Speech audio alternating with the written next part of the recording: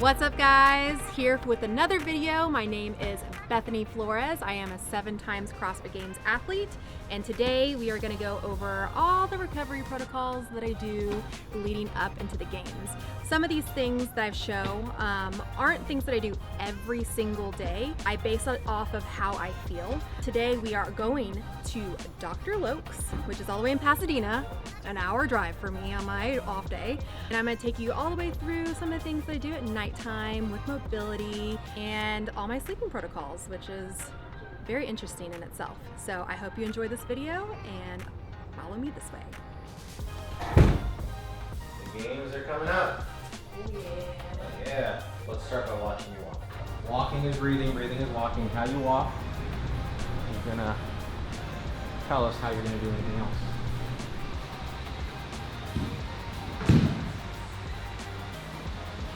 One more time. It's not bad. This is the best I've seen your upper body look ever. Oh, okay, that's good. Yeah. Body composition has completely changed. Like I was like super extended. She was like here and twisted to the right. And I mean, she had no idea that she even owned the left side. I feel like I stand just like completely different. Like I stand more, I feel like I'm tucked under now, but I think it's more like straight. It's like neutral now. But I feel like I'm like this. That's what she feels like, but you guys can all see that is not what she looks like. There's actually a booklet that you can get from posturalrestoration.com, which is like all the little everyday things, like how you reach for food out of your fridge, how you get out of a car. That's cool. all those little weird things, yeah. I always just try to use my left side more. Yeah, exactly. Like everything. Best of luck. Thank you. I will hopefully be seeing you on the podium. Oh. No, no pressure. There's no pressure. And if not, you still support me? Yes, of course. Okay. Just kidding. Congrats. Thank you. All right.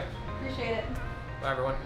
So if you're just like an average daily CrossFitter or just a gym goer, I think that there is priority when it comes to like health over fitness, right? And that it pertains to mobility, foam rolling, and all those recovery protocols.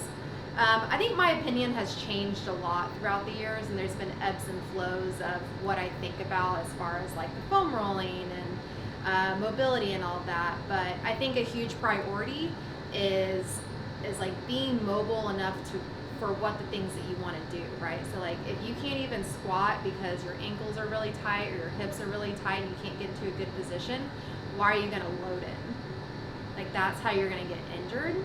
So if you're squatting and you're just like, you know, your heels are coming off the ground, your back is arched, like all that stuff, because something is really tight on you and it's something that you can fix, it's in your hands to fix, like why not fix that?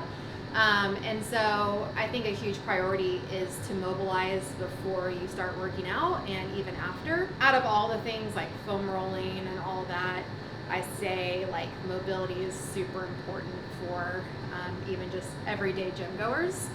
And then with the foam rolling, I think that can be like a day-to-day thing that you check in with yourself, because there's certain things that maybe it's just so tight, like there's a knot that you do need to get out, and sometimes it takes like some type of foam roller or like a Theragun or something like that to get into your muscle for it to release. But I don't think it's a priority that you need every single day. And I think once again, my opinion has changed on that. I used to be like a very much of a drill sergeant, like you have to foam roll every single day, but there's just certain body parts that don't necessarily need it. And you can check in with yourself, right? Like you can scan your body with the foam roller, and if you're like, this doesn't hurt, you can probably just move on to the next body part. Stretching for me has also been, my opinion has kind of changed throughout the years, but I would say it's a little bit more important than foam rolling, but I would say in the same category as like checking in with yourself, right? Like if there's certain things that you're like, yeah, like this is fine, I can kind of get through full ranges of motion, you probably don't need to stretch it, like you're probably good. But like for me, getting ready for the CrossFit Games, we've been doing like a ton of step ups, a ton of running, a lot more squatting than I have in the past 2 years. And so like my quads and my hips are really tight. So I try to check in and do like couch stretch, which is here. Literally, you can just go on a bench. Your knee is touching the ground, obviously, but I'm too short for this bench. But stretching out your quad and doing like, you know, like a 90-90 stretch, like that stuff. I'm not doing every single night, but I'm checking in with my body. Like, is my back really tight? And where can I kind of like problem solve and troubleshoot? Sometimes I can fix it with a breathing exercise from Dr. Loke.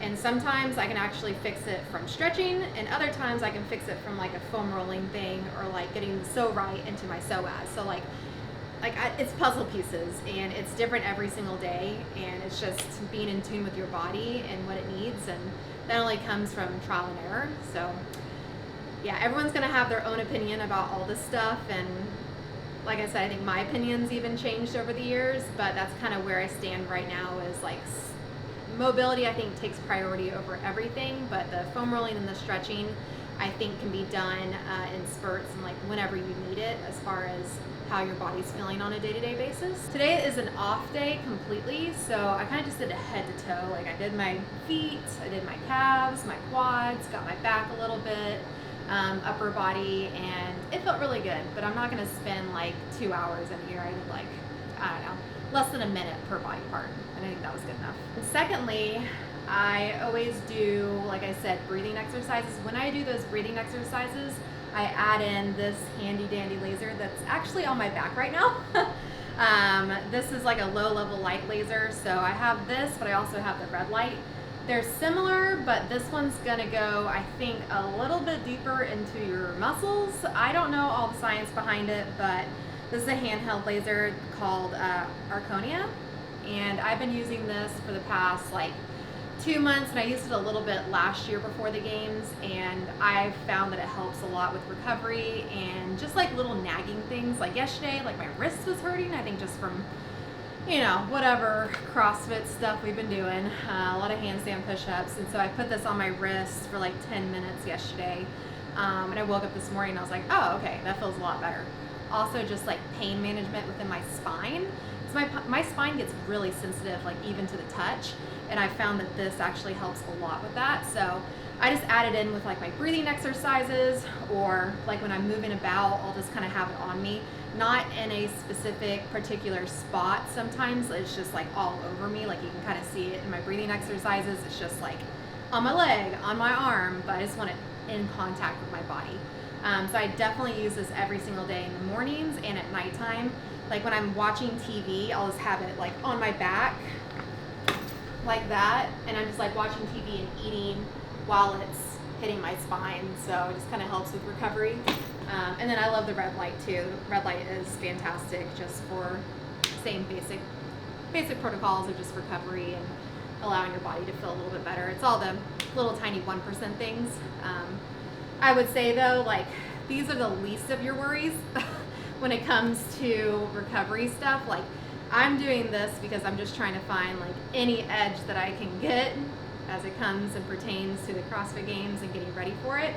But you don't need this stuff. Like, you should be doing all the mobility and recovery stuff like that. Like, even the breathing exercises that I'm doing, if I just did that alone by itself, I would get a lot of benefit from it. So I would focus on that, and then once you're in a routine of that, then you can add in like the 0.0001% changes, like the laser, the red light therapy, stuff like that. But those are just my thoughts on it and recommendations. So now that I'm done with all my foam rolling and stretching and breathing exercises, let's talk about the real thing, the real important thing, which is sleep. So let's go ahead and head upstairs and let's talk about that. All right, guys, here are my top 3 things that I highly recommend for better sleep quality and just better sleep in general. Number 1 is something that I've been doing for the last 1.5 years, which is meditating right before I go to bed. This just allows me to kind of like clear my mind, get whatever is in my head out, just kind of sort through some stuff, because I usually have a lot on my mind by the end of the day, and if you just go to bed, usually you're sitting there thinking about all the things either that you did or tomorrow or all that stuff. So clear your mind, meditation, even if it's just 5 minutes, just take 5 minutes. I usually will put my feet on top of the bed, lay on my back on the floor, and then just sit there for like 5, 10, 15 minutes. So that's number 1.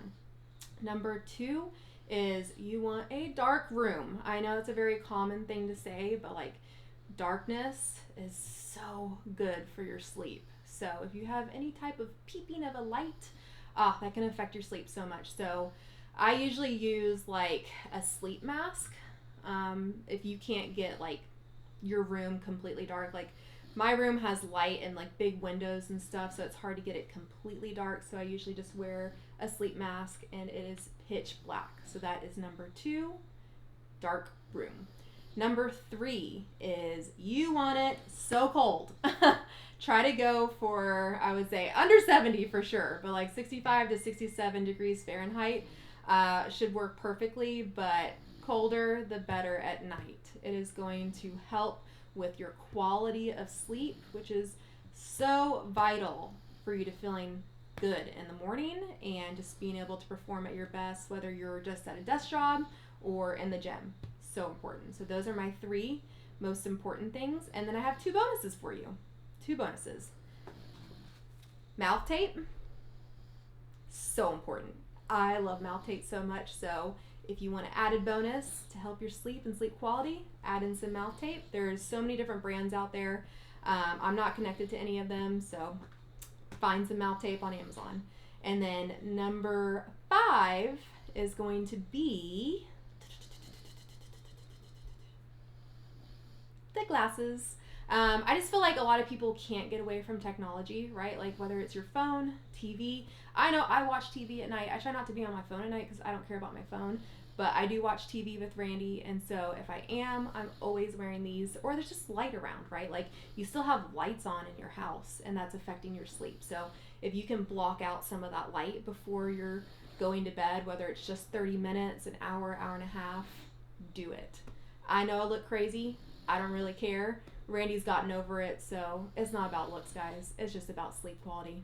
So recently I haven't been doing the cold plunge or sauna just because like I've been sweating so much in the gym, and there's just been so many hours put into the gym that I'm just exhausted. And I think there's balance. Like you need it sometimes, but at this part of my season, I don't feel like I need it all the time. So I'm kind of taking a break from it, but I felt like today is a good day just because it's an off day. And we're about 7 days out from the CrossFit Games. So my training isn't gonna be as intense the next week. And I'm not gonna be sweating as much. I'm not gonna be in the gym as much. So I felt like, okay, if I'm gonna do some sauna and contrast work, this is probably the time to do it. So back to it. I did it consistently before semifinals, and I thought that it was like super helpful. But yeah, it's just ebbs and flows of everything. Like it's not about being a drill sergeant. Like pick and choose your times that you feel like everything is deemed necessary, and just like checking in with your body. So I was checking in with my body. I just felt like I wasn't benefiting from the sauna, so I decided to take a break from it. And yeah, here we are, 7-8 days out from the games, and I'm gonna take some recovery protocols and hit the cold plunge and hit the sauna for a couple of rounds. So I'm finishing up my last little leg of saunaing, and I was just like reflecting. So usually when I sauna, I try to not listen to anything, or if I do listen to music, it's like meditation music. So it's just no words, just like sounds. On this particular sauna session, for an hour straight, I basically just shut everything off. Like no music, kind of just like meditated for a little bit, and then just kind of like tried to shut off my brain and just be as much as possible. And as I was doing that, I wanted to add something to this video that I think a really important recovery protocol is being kind to yourself in your head and like listening to your body, listening to yourself, listening to your mind and what it has to say. I feel like I started implementing that in the past year and a half since I started meditating, And all the other stuff is really good, right? Like the foam rolling, the stretching, even the PRI exercises that I do, like everything has a place within like the recovery protocols and just allowing me to be able to do what I'm doing and like come back from this crazy thing and being burnt out and like being in so much physical pain the last couple of years. But just kind of getting to this point, right? And I feel like a very vital recovery protocol is what you're saying to yourself in your head when no one else is listening. So I challenge you to first just be aware. What are you saying to yourself? I know for me specifically, I said a lot of ugly stuff to myself, that I'm fat, I'm ugly, I don't deserve success, it happens to other people, not me. Like I just was like running through these things in my head over and over again. And I wasn't even aware of it. And it was causing for me to self-sabotage, right? Like it was causing me to have all these eating disorders and over-exercise and say yes to things in the gym when really I probably should have said no. And so it kind of led me to this point where it was a pivotal point, right? Where in 2022, I was burnt out. I wasn't having fun. I was in so much physical pain. I didn't know what to do. And it kind of just led me to this crossroads. But anyways, fast forwarding, I feel like that has actually played a vital role in being able to sleep well too. For my entire life, I've never been a good sleeper. I've always had like constant nightmares and just terrible sleeping, terrible, like just having a hard time falling asleep, having a hard time staying asleep. And I just feel like it affected so many areas of my life, not only in the gym, but just like how I perceive things in the world, critical thinking, my choices in life. And I think when I started getting to the bottom of myself and like meditating and slowing down and being where my feet are at and like starting to say kind things to myself, like it trickled into everything else, right? Like I started sleeping better because of it. And then I was able to make better choices for myself in life, but also in the gym. And so, yeah, all that to say is, I challenge you to, do all the recovery protocols that you want to do, but also I think a main recovery protocol that people don't take advantage of that's free, literally free, is the things that you're saying to yourself in your head. And I challenge you to start saying kind things to yourself. And it doesn't have to be fake.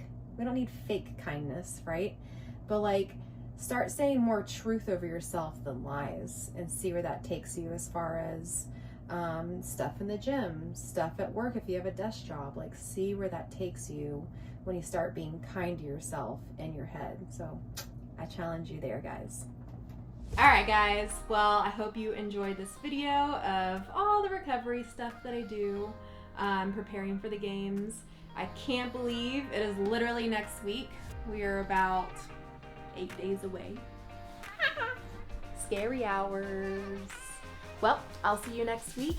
What we are doing, which is hopefully going to be different than a lot of people, is Lewis, my cameraman, is going to put out content every single night of the CrossFit Games. Which, shout out to Lewis because he's going to get 0 sleep. But I'm hoping just to share my journey like never before at the games, and I hope that you enjoy it. So peace out, guys.